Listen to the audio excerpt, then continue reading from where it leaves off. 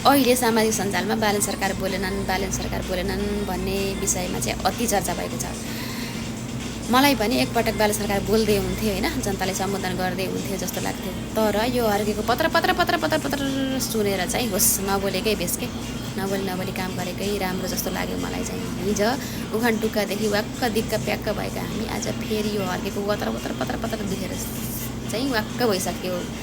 यही उखान टुक्कादेखि वाक्क भएर स्वयं बालन सरकार पनि होइन धेरै उखान टुक्का भन्दा पनि काम गरेर देखाउनुपर्छ, देशलाई चाहिँ काम चाहिएको छ, देश विकास हुनका चाहिँ काम गर्नुपर्छ भन्ने सोच भएरै नबोली काम गर्नुभएको छ।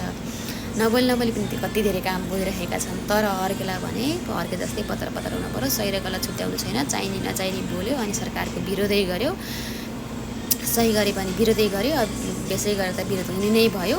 जे गरे पनि सरकारले गरेको कुरा चाहिँ सही हुन्न, विरोधै गर्न छ। जसरी पनि ऊ प्रधानमन्त्री बन्नु छैन, ऊ प्रधानमन्त्री बनेको भए चाहिँ सबैलाई मिलाएर लिएर जान्थ्यो होइन, के गर्न्थ्यो, सबैलाई राम्रो गर्न्थ्यो, सबैलाई हँसाएर होइन, सबैलाई बराबर गराएर मिलाएर गर्ने थिएँ। मैले म प्रधानमन्त्री बन्न पाएको भए त मैले चोइट पार्ने थिएँ छ होइन। अर्केको दिमागमा चाहिँ अर्केको प्रधानमन्त्री बन्ने सपना चाहिँ उही हिमालयको त्यो घैँटोमा सातु परे जस्तै खालको हो, त्यो सपना देख्न पाइयो। तर प्रधानमन्त्री बन्न चाहिँ यस्तो पाराले चाहिँ प्रधानमन्त्री बन्न सकिँदैन होइन। जनताले छानेको कुरा प्रधानमन्त्रीलाई चाहिँ लौ राजीनामा दे भन्न पनि अलि सुहाउँदैन होइन।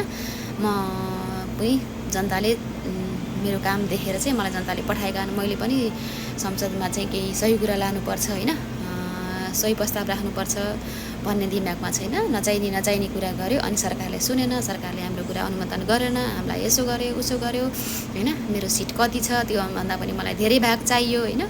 एउटा गाडीमा पनि कति प्यासेन्जर अट्छ र त्योभन्दा धेरै प्यासेन्जर राख्यो भने चाहिँ गाडीले पनि जान सक्दैन, पल्टिन्छ। त्यस्तै हो होइन, सबै कुरा मिलाएर होइन आफ्नो क्षमताअनुसार गर्नुपर्छ। क्षमताअनुसार भन्दा धेरै पद माग्नु, सिट माग्नु होइन, मन्त्री माग्नु, मन्त्रीको पद माग्नु, आफ्नो त्यो घमण्ड चाहिँ देखिँदैन। अरूले चाहिँ यसो गरेन उसो गरेन भन्ने होइन। राम्रो कुरा प्रस्ताव गरे पर अनुमोदन नभएको कहाँ छ र।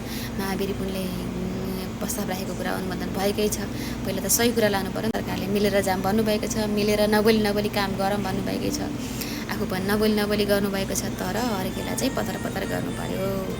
हिजो मात्रै होइन बालन सरकारले डिडिसीको जुन चिज खाएको फोटो पोस्ट गर्नुभएको छ नि, यो चाहिँ बुझ्नेलाई श्रीखण्ड नबुझ्नेलाई कृपाको भिड नै हो होइन। मलाई चाहिँ एकदमै लोजिक लाएरै यो फोटो पोस्ट गरेको जस्तो लाग्छ। तर अर्केको दिमागमा चाहिँ जहाँ एउटा नाथे फोटो पोस्ट गरेको त हो पनि हुन्छ होइन। मेरो सोचाइमा चाहिँ यो एउटा घाटामा गइरहेको डिडिसी